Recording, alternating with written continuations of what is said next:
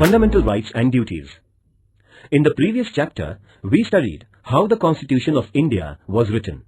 We also studied the main objectives of the Constitution. One way of ensuring that the objectives are achieved is to guarantee fundamental rights to the citizens.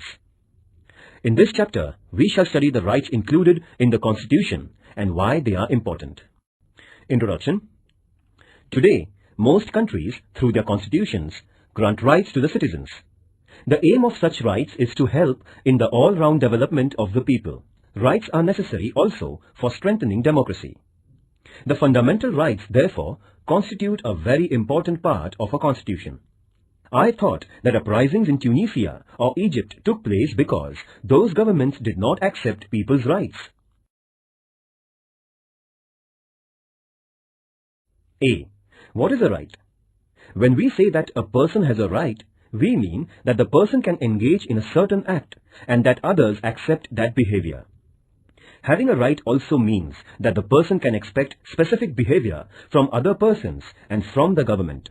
Thus, rights can come into being only when other members of society and the government accept certain obligations.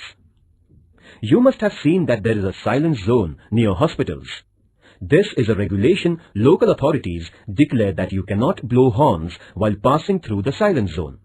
This regulation comes in the backdrop of a socially accepted idea that patients in the hospital need silence and that they are entitled to rest and recuperation in peace. Thus, the patient's claim to rest is accepted by society, and then a regulation is made to enforce that claim.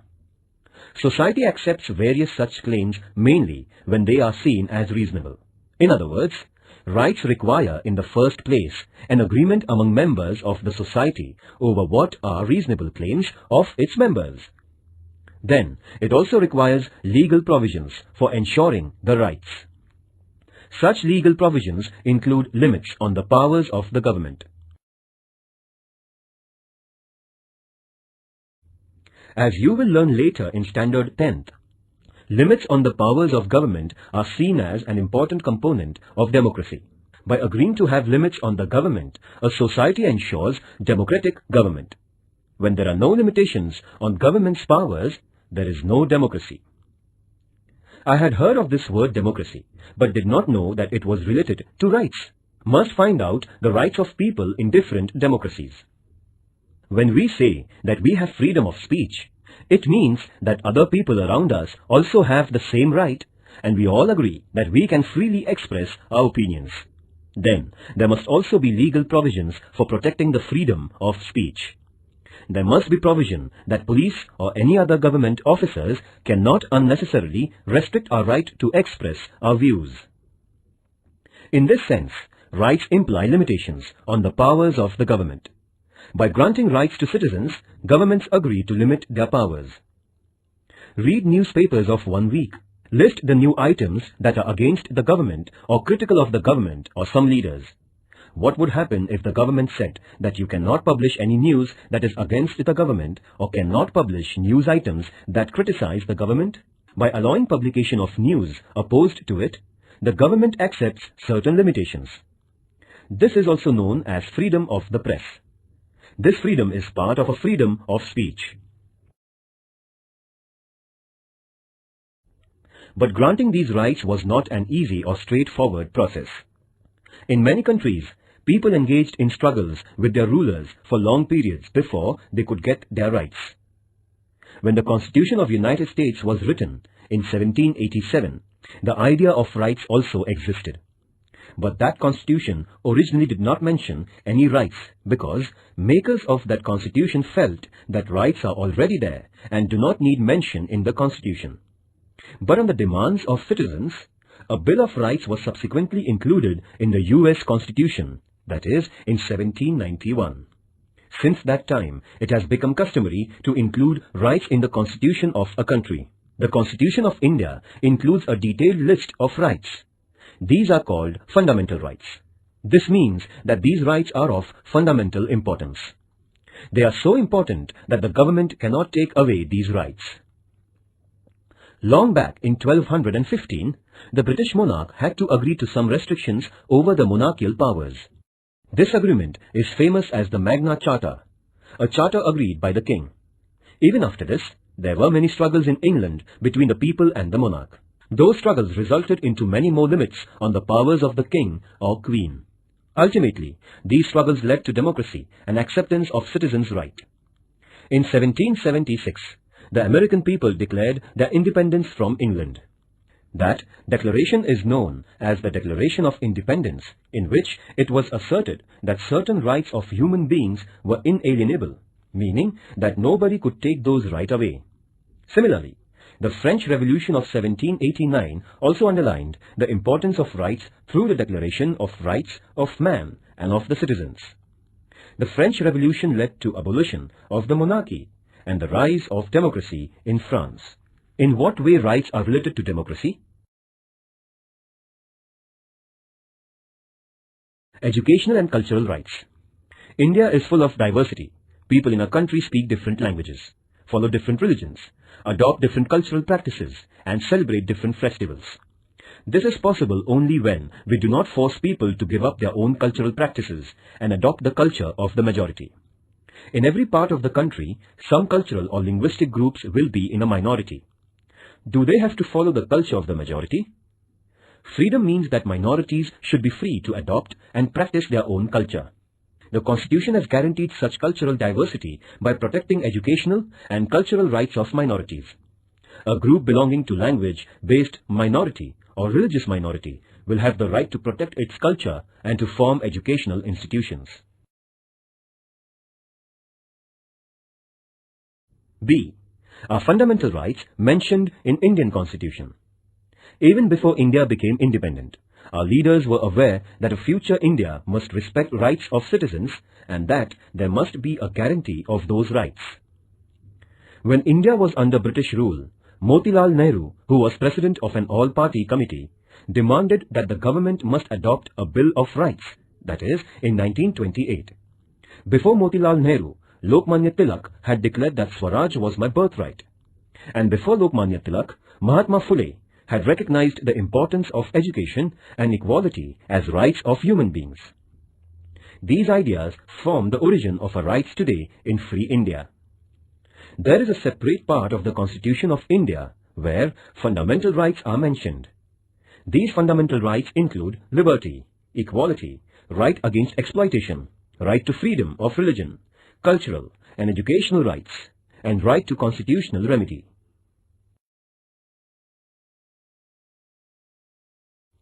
C. Human rights. It is now internationally accepted that every human being has certain rights. These are described as human rights. It is also accepted now that human rights should be adopted and guaranteed by every country, and necessary mechanism for protection of human rights should be created. In the year 1948, the United Nations adopted the Universal Declaration of Human Rights, 10th December 1948. This day is celebrated every year as Human Rights Day. Later, in 1966, the General Assembly of United Nations adopted the International Covenant of Economic, Social and Cultural Rights, and many countries have signed that agreement. According to the international norm, India has created the National Human Rights Commission in 1993. The Universal Declaration of Human Rights lists many important rights. These include individual freedoms such as freedom of speech, movement, etc., right to equality, cultural rights, and freedom of religion. Besides this, declaration also includes wide-ranging rights such as right to work, right to rest and leisure, right to education, etc. The purpose is to ensure a balanced development of every individual and ensuring equal worth of all persons. Dignity and justice for all of us. This is the motto of the Universal Declaration of Human Rights. Activity. Using Internet, find out countries that have adopted the Declaration of Human Rights. For information about the number of countries that have signed the International Covenant, access the UN website. D. Citizens' duties. Why can't we have only rights and no duties? It is often said that rights and duties are two sides of the same coin. Do you know what it means? Let us take an example. Right to equality means that men and women must have equal status and equal treatment. Does this happen in real life? Unless all members of society respect this right and fulfill the duty of treating women as equal, this right will never fully come into being. Therefore, it is the duty of every citizen not to engage in domestic violence against women and to oppose ill treatment of women, because women are not treated equally, and practice of female foeticide is prevalent. Is it not our duty to respect women as equal citizens? You will now understand why duties are important for the fulfillment of rights. Just as society must respect our rights, society expects that we accept certain responsibilities as our duties. Some duties are listed in the Constitution as fundamental duties.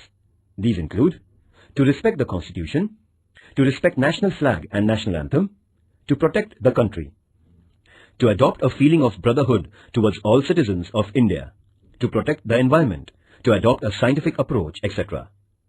Is there punishment if these duties are not performed? Ecological balance. Human beings are dependent on environment for air, water, trees and minerals.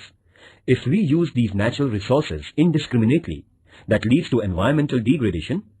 Our present generation may be happy to use as many trees as it can cut down, but what will happen to later generations? Already, over-exploitation of natural resources is leading to crises such as drop in rainfall, rise in temperature, and many other environmental hazards. This only shows the importance of duties. It is not our duty to use the natural resources carefully. Think of others and think of our future generations. Activity. Obtain a copy of the Constitution of India and make a list of fundamental duties. Discuss in your class why these duties are important. I can now see the link between rights and duties. Unless we are bound by the duty to protect our environment, how can later generations enjoy the benefits of forests and fresh air and other natural resources?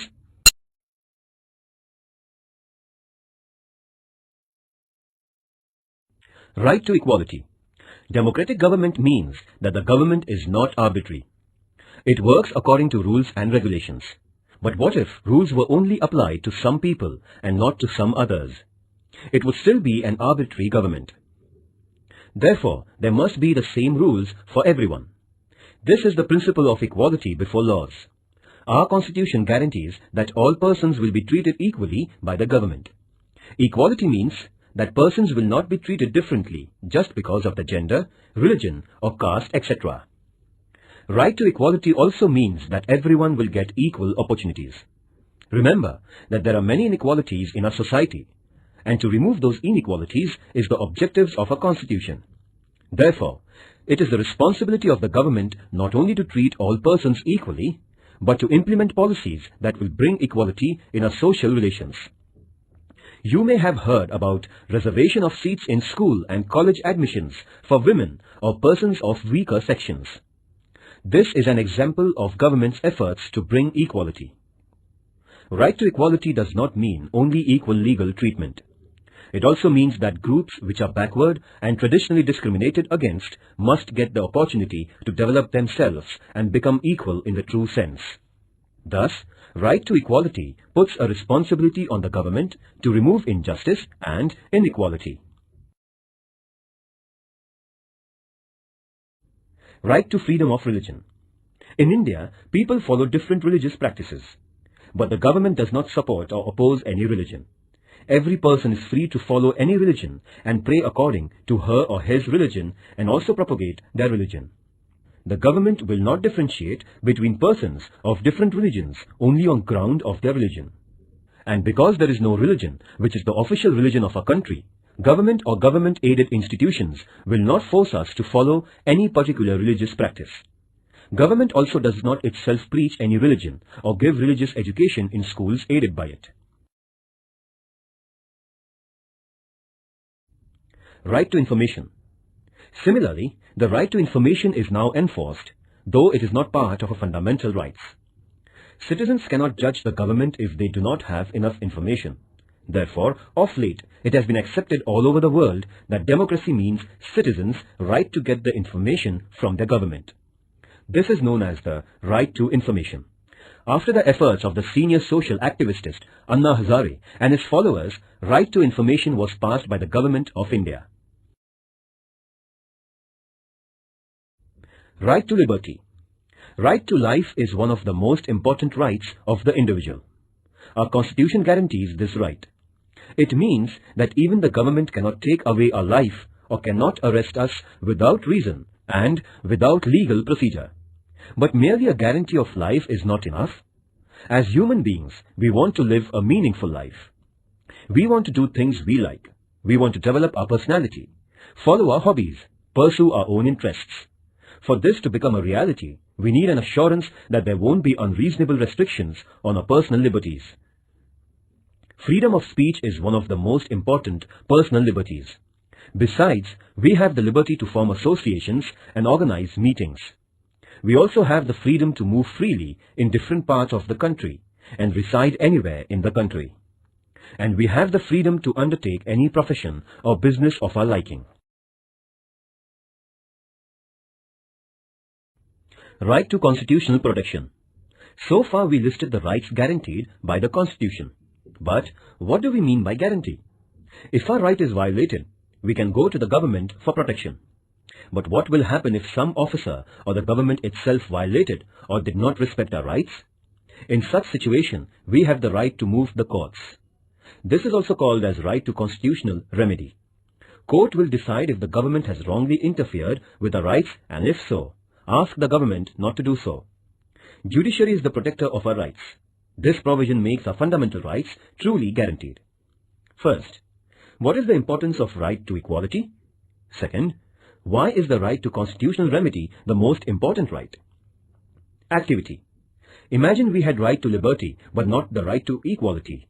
What would be the result? Right against exploitation. Both liberty and equality will be violated if some people are forced by others to undertake some work against their wishes. Because of poverty, there used to be many people who would take loans from private moneylenders, and the moneylenders would then force them to work without payments until the loan and interest are repaid. This practice was known as forced labor or wait. The Constitution has declared such practices as illegal. There will be no slavery in any form, and nobody will be treated as a bonded labor. Another fallout of poverty is that children from poor families are required to undertake work and earn money. As a result, children are sometimes employed in very hard and dangerous jobs, such as the job of making firecrackers. The Constitution has banned such practices because these involve exploitation of children. Children below the age of 14 years of age cannot be employed in hazardous jobs. Positive and negative rights. Rights are necessary for our personal development. They are necessary also for the well-being of the society. Rights ensure that weaker and backward sections of society get opportunities to improve their condition. The right to equality is very important in this respect. Thus, some rights are limitations or restrictions on the powers of the government, while some rights mandate that the government adopts policies for the well-being of weaker and needy sections. In this sense, rights are responsibility of the government and the society to make sure that various services and facilities reach all sections. So, our rights are twofold. Some rights are restrictions on government, what the government cannot and should not be doing. Let us call them negative rights, because they tell us what the government should not do. On the other hand, some rights tell what the government should do. These are positive rights. Right to education, for instance, is a positive right. On the other hand, freedom of speech is a negative right, meaning that it states that government cannot put unreasonable restrictions on a freedom of speech.